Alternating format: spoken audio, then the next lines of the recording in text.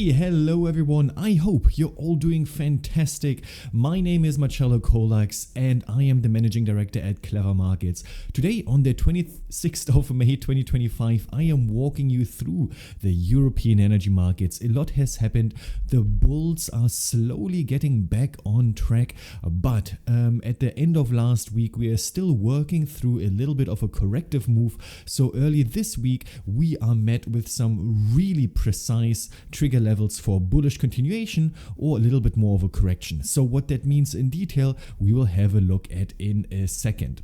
But before we start, as always, of course, everything you see here is just my humble opinion, and of course it is not direct trading advice. So the sentiment poll from last week to this week has changed quite dramatically. Or it shifted gradually, let's say that.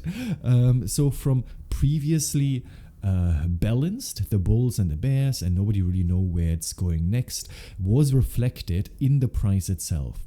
So first we were pushing sideways, we are pushing out of a lot of descending channels on a lot of the markets, and at the start of this week we see that the bulls are gradually taking over, just bit by bit from 44 to 50%, but we can see that the bears, or bearish conviction, from 40% to 29 has decreased dramatically. So the bears are not as sure anymore, the bulls are gradually taking over, and what that means for the charts themselves we will have a look at right now.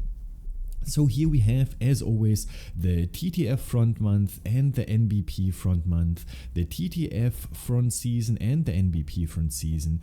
We have EUAs, and we also have German power. There you go. We have Henry Hub and Brent.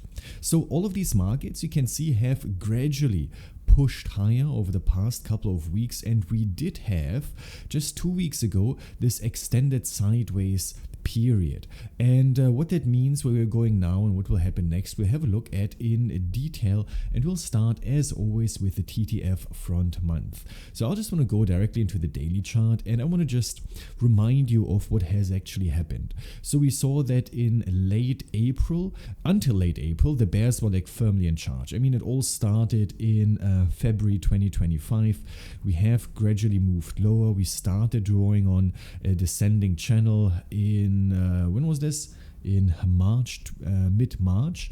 And we saw, I wasn't a big fan of the channel, but it was kind of good. It was giving us some guidance, so was okay. And we saw that at the end of April, the bears kind of lost control, at least a little bit. Because what we saw here was that the lower end of the channel was no longer hit. And this is, for me, always like the best sign of the market actually, or the direction actually losing some strength. So we are bottoming out, not at the trough, not at the low of the channel, but the trough is built a little bit higher. Okay, cool. So then the bears were still kind of in charge, but we are a little bit skeptical. And then at around this point, we started pushing sideways in early May. The bulls were still not in charge, but neither were the bears. So this back and forth between the big solid green and red candles that were tightly stacked, and you could see there was not much room, right? So what was gained the one day was undone the other day. There was a lot of back and forth. This was then finally put to an end last week, and the bulls are now fully in charge. I just want to remind you of last week. We had, I think it was around here, we had the resistance level there, and I think, was it here or there, but we had like a support level there. So in the 36.33, 34, I think that was kind of it, maybe a little bit tighter here, I think.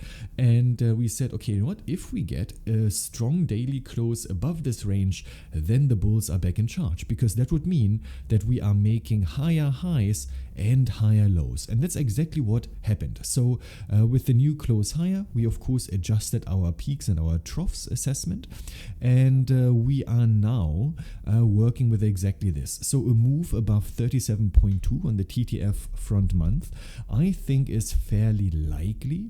And so after this corrective down move, and then the bulls would simply continue.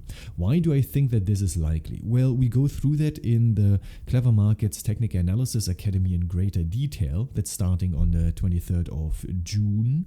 But here a little bit of an overview. So we see that, okay, gradual flow of higher highs and higher lows. We see that the 8 and 12 exponential moving averages are also pointing higher. And we are also seeing that the MACD, our momentum tool, is pushing higher, and we do get our first bullish signals. So this kind of means that what we are seeing here, this little down leg, is only a corrective move in an underlying uptrend.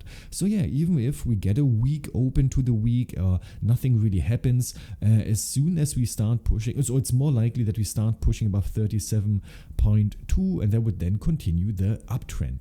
Now, why am I so certain about a downside correction? Well, that is simply because of the stochastic that is pushing from overbought into neutral territory. So in the academy, you will also learn that essentially the overbought, moving into the overbought or oversold territories is not the signal. The signal is coming out of it again. So here, for example, this is the bullish signal and this is the bearish signal. So there's like the biggest mistake I see traders make when they start working with oscillators.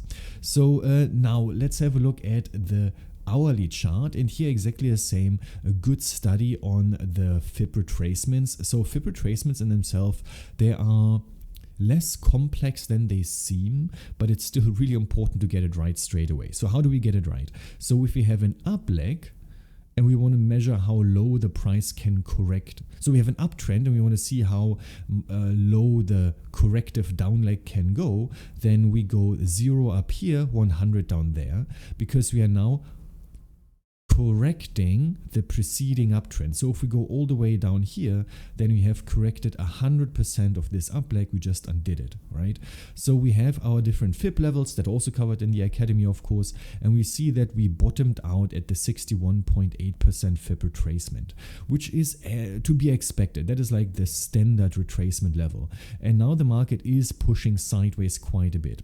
So overall, so I haven't updated these yet. What kind of makes sense is if we push a little bit more sideways, maybe in this range here, 37 and then 35.95, a little bit more sideways, but eventually potentially pushing higher again, which would then on the daily chart continue the uptrend. So that is called multi-time frame analysis, and a very important part to understand. So if you kind of found this interesting and you kind of think, I want to learn more about that and how to fully implement technical analysis for myself, then please go to clevermarkets.com, check out the TA Academy section. We are starting on the 23rd of June. Seats are limited and we are already getting close to being booked out, although we just started promoting it earlier last week, I think. So if you think, hey, this is the year I want to make TA work for me, and this is exactly for you. More information is also available on clevermarkets.com. Just go to the TA Academy tab, and there's all the dates, all the prices, everything there for you. Until then, everyone, have a good start into the week. See you around, and bye-bye.